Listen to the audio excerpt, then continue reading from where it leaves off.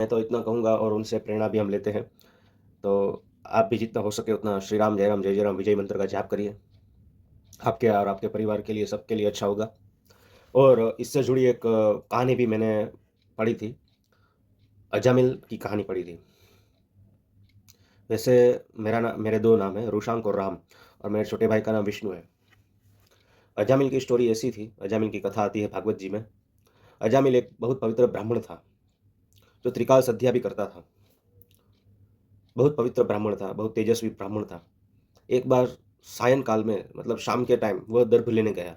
कुशा भी बोलते हैं, दर्भ भी बोलते हैं, वो लेने गए थे अजामिल जंगल में। तब उन्होंने एक वेश्या को देख लिया और उनका दिल उस पे आ गया। पहला पाप हमारी आँखों से होता है। तो वेश्या को देखते ही उनको प्रेम हो गया उनसे। तब वेश्या से उनकी शादी हो गई।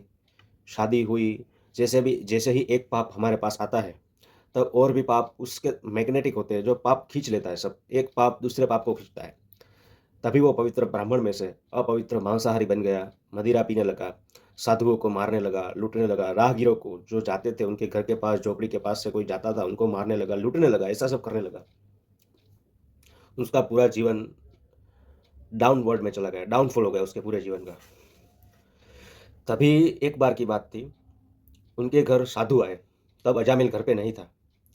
उसकी पत्नी गर्भिणी थी उस समय। साधु संतों को मालूम नहीं था कि यह अजामिल का घर है, कि जो साधुओं को भी नहीं छोड़ता है लूटने में। पर उनकी वाइफ ने उनका स्वागत किया, भिक्षा माँगने गए तब उनकी वाइफ ने उनका स्वागत किया। उनको बैठाया कि आइए महाराज बैठिए, खाना तैयार है, मैं आपको खाना खिलाती हूँ। तभी वहाँ खाना संपन्न होने के बाद, पूरा होने के बाद अजामिल आया। अजामिल को बोला कि साधु है हम दक्षिणा लिए बगैर नहीं जाएँगे, तो आप क्या दक्षिणा दोगे हमें? तो अजामिल बोला, आपको नहीं लूटा वही आपकी सबसे बड़ी दक्षिणा है। अभी साधु और संत का स्वभाव तो अतुलनीय होता है, जो वर्णन नहीं किया जा सकता हमसे। हम कल्पना भी नहीं कर सकते कि उनका स्वभाव किस श्रेणी का है। साधु संतों ने कहा कि हम ऐसे तो नहीं जा सकते, कोई बात नहीं। दक्षिणा के रूप में आप ऐसा करिए, आपके यहाँ जो पुत्र का जन्म होगा, उनका नाम आप नारायण रखना। उनकी वाइफ और अजामिल ने बोला ठीक है। कुछ महीने बाद उन्होंने यहाँ पुत्र का जन्म हुआ और उनका नाम नारायण रखा। वैसे जब आदमी का लास्ट स्टेज आता है, तब उनको अपने संपत्ति और संतति के प्रति लगाव होता है, तो इसको अपने संतति मतलब अपने पुत्र नारायण से अधिक लगाव हो गया। जब भी वो उसे याद करता, नारायण, नारायण बोलता। तो ऐसे दिन में कई बार नारायण को प्यार करता, नारायण को दुलार करता, नारायण को ये बोलता, नारायण को वो बोलता, ये लेके आओ नारायण, हम ये खेलते हैं नारायण, ऐसे करता। अब अति पापी है और अति दुराचारी था, तो उसका समय, उसकी आयु थी और 12 वर्ष, पर उससे पहले ही अल्प मृत्यु आ गई, अकाल मृत्यु जो उनको आई। तब ब्रह्मपाश नहीं, यमपाश लेके यमराज के दूत आए और बोले, अभी हम तुझको लेने आए हैं, क्योंकि तुम्हारा अपमृत्यु आया है, अकाल मृत्यु आया है, तुम्हारी अल्पकाल में मृत्यु हो रही है, अभी तुम्हारे 12 साल बाकी है, पर तुम्हारे पापों के कारण तुम्हारी अल्प मृत्यु आ रही है।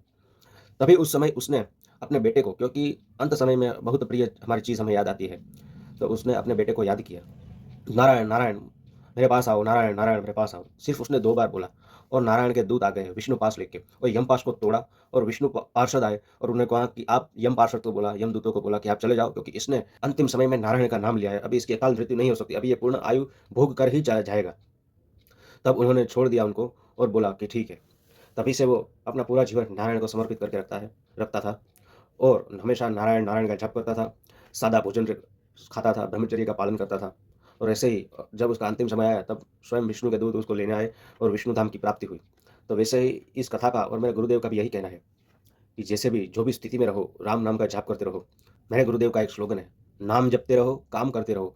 यही स्लोगन उन्होंने अपने पूरे जीवन में अपनाया और हमको भी वही बोल के गए कि आप नाम जपते रहिए और काम करते रहिए। उन्होंने ऐसा नहीं बोला कि काम करते रहिए और नाम जपते रहिए, उन्होंने पहले नाम को इंपॉर्टेंस दी कि नाम जपते रहो और काम करते रहो। तो इसी के साथ अगले वीडियो में मैं आपसे मुलाकात लूँगा। श्री राम, जय राम, जय जय राम।